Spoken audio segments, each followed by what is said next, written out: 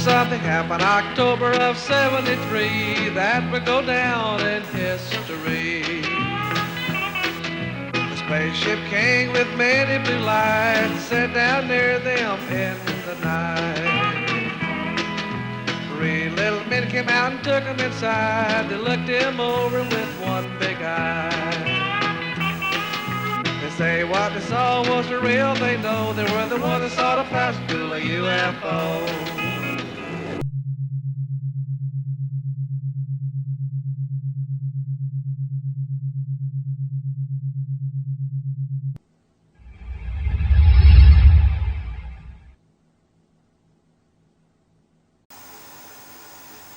Reports of flying saucers are nothing new.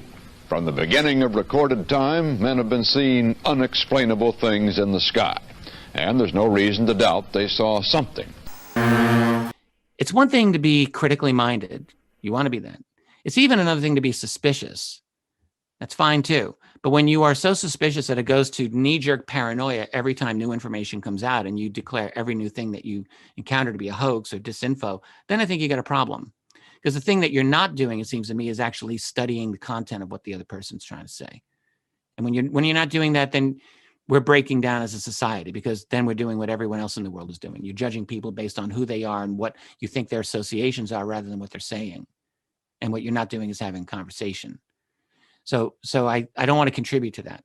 So when TDSA or any of the members of that have something to say, I want to listen to what they have to say, and I want to be able to examine it and decide, is this true and relevant, or is it not true and relevant? Is it deceptive?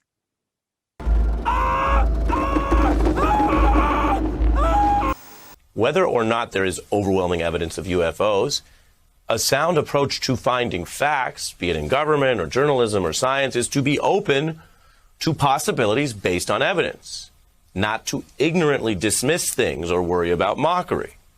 So there are reasons to take this seriously.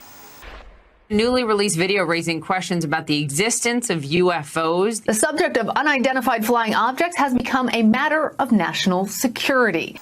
There's a reason why this rollout is happening, and it's not for the betterment of humanity, and it's not because of the curiosity of these officials in terms of learning or wanting to find out what UFOs are.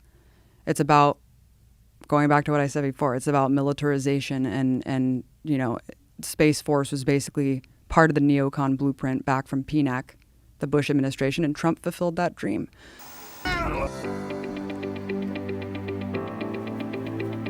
Oh, hi. Hey, hello there. I didn't see you. Do you like aliens? I know I do. Studies show 7 out of 15 people believe in aliens. That's science.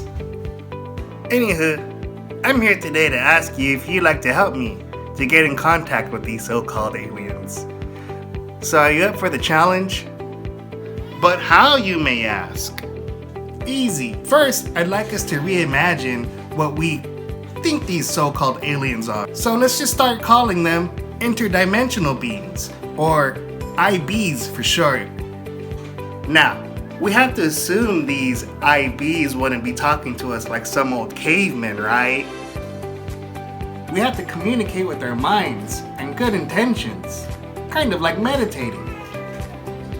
So what I think we should do, every night at the same time, such as 10 p.m., meditate for 5 or 10 minutes, or however long you want, I don't care. Focus on transmitting and receiving positive energy, good intentions, unknown knowledge, truth beyond our understanding, etc.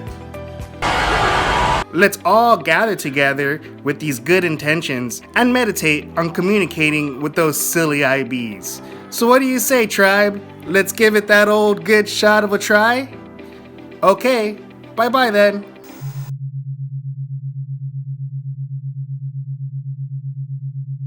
According to Jacobs, at this stage the rocket was traveling between 11 and 14,000 miles per hour when a saucer-shaped craft entered the frame.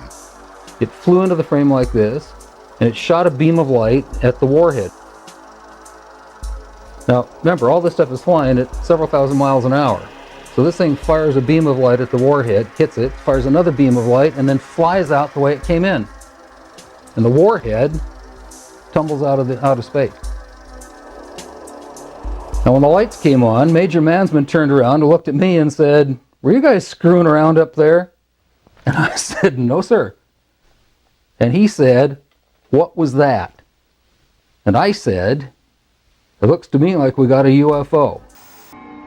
Can you imagine what it's like to look up in the sky and see a totally foreign-looking object there just hovering, not very far high up, maybe 200 or 300 feet up in the air, and glowing, and two bipods jutting out from behind it, from underneath it, and sparkling all around, and some figures up there. We waved. Wouldn't it be wonderful if we could get this object down onto the playing field? And as we waved, wondering whether we'd get some recognition and whether perhaps they would understand what we wanted, they waved back.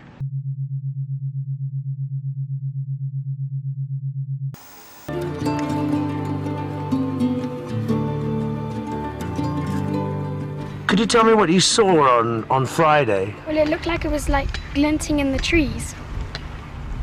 Like it looked like roundabout like a disc, like a round. Are you sure it wasn't a Harrier jump jet or No, something that the Zimbabwe Air Force It was like has got? in a disc.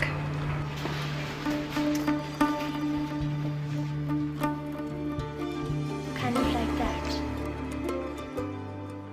I saw something silver on the ground amongst the trees and a person in black.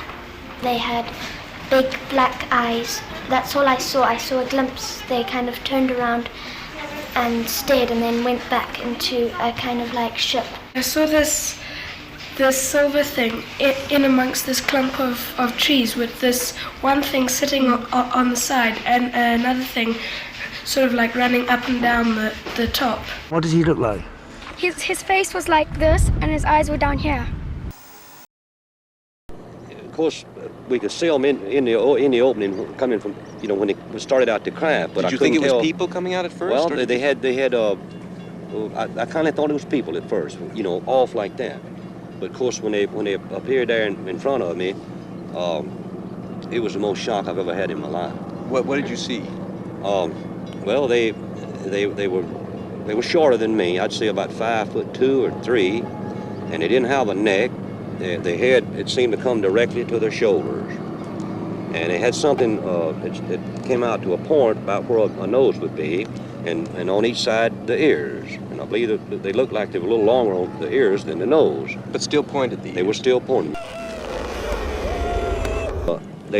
I didn't see any tables or chairs or anything in there. I'm not saying it wasn't in there because the light was almost blinding, but I didn't see any. And when they carried me inside, they seemed to just lean me back.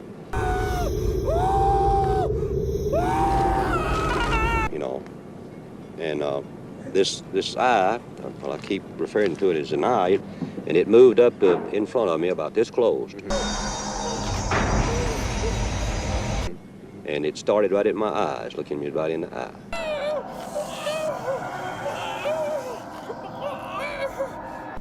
And it hesitated there for a few seconds, and it just started moving over my entire body. When it happened to Charlie, the creatures, whatever they were, didn't communicate with him. Now, it's enough to say you saw a UFO to give you trouble these days in some towns. To be taken aboard is just a suspect idea. But somehow, if the creatures don't give you a message, you're just a touch less incredible. And Charlie says what he said and what we wrote about in the book. It was like they had a job to do, and they came and they did it. I don't know. I think that they know more of what's going on down here on this earth than we think. And I don't know, they might have been, you might say, looking for somebody that could. that could, you might say, hold up under the strain, and convince people that there is another world and there's some kind of life on that world up there.